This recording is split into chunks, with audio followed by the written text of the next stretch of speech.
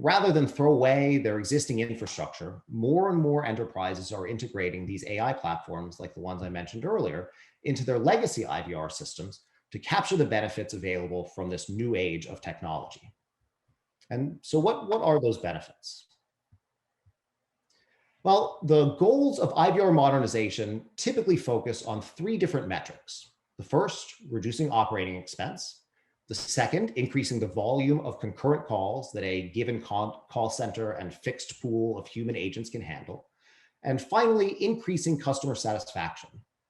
And so all of those have very, very tangible monetary and reputational benefits, and all also are largely dictated by the objective quality that your newly implemented system possesses.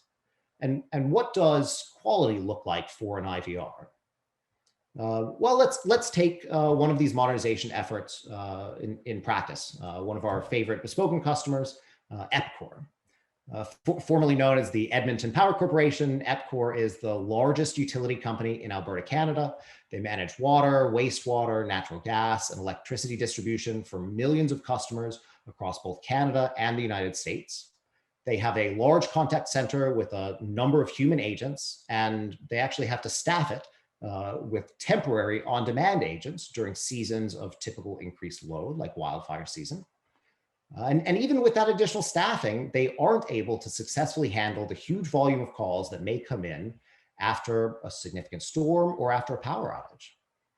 Their existing legacy IVR was largely DTMF based, which means that every phone call for someone to report an outage required actually talking to a human agent.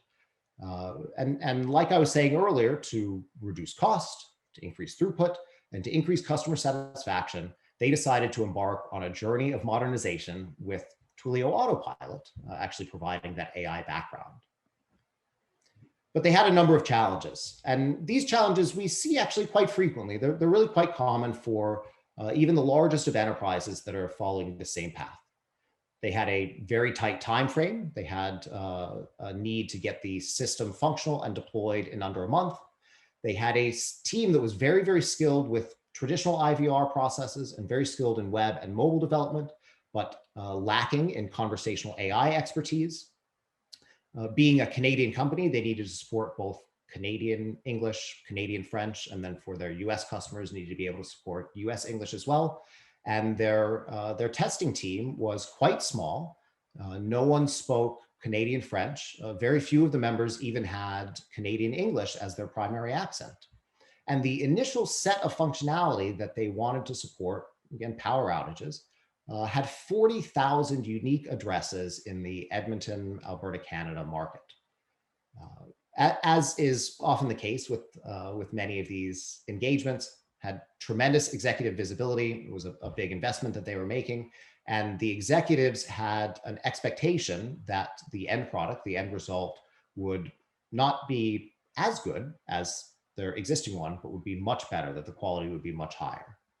And figuring out how to measure and how to think about that quality was a challenge for them, is a challenge for many organizations.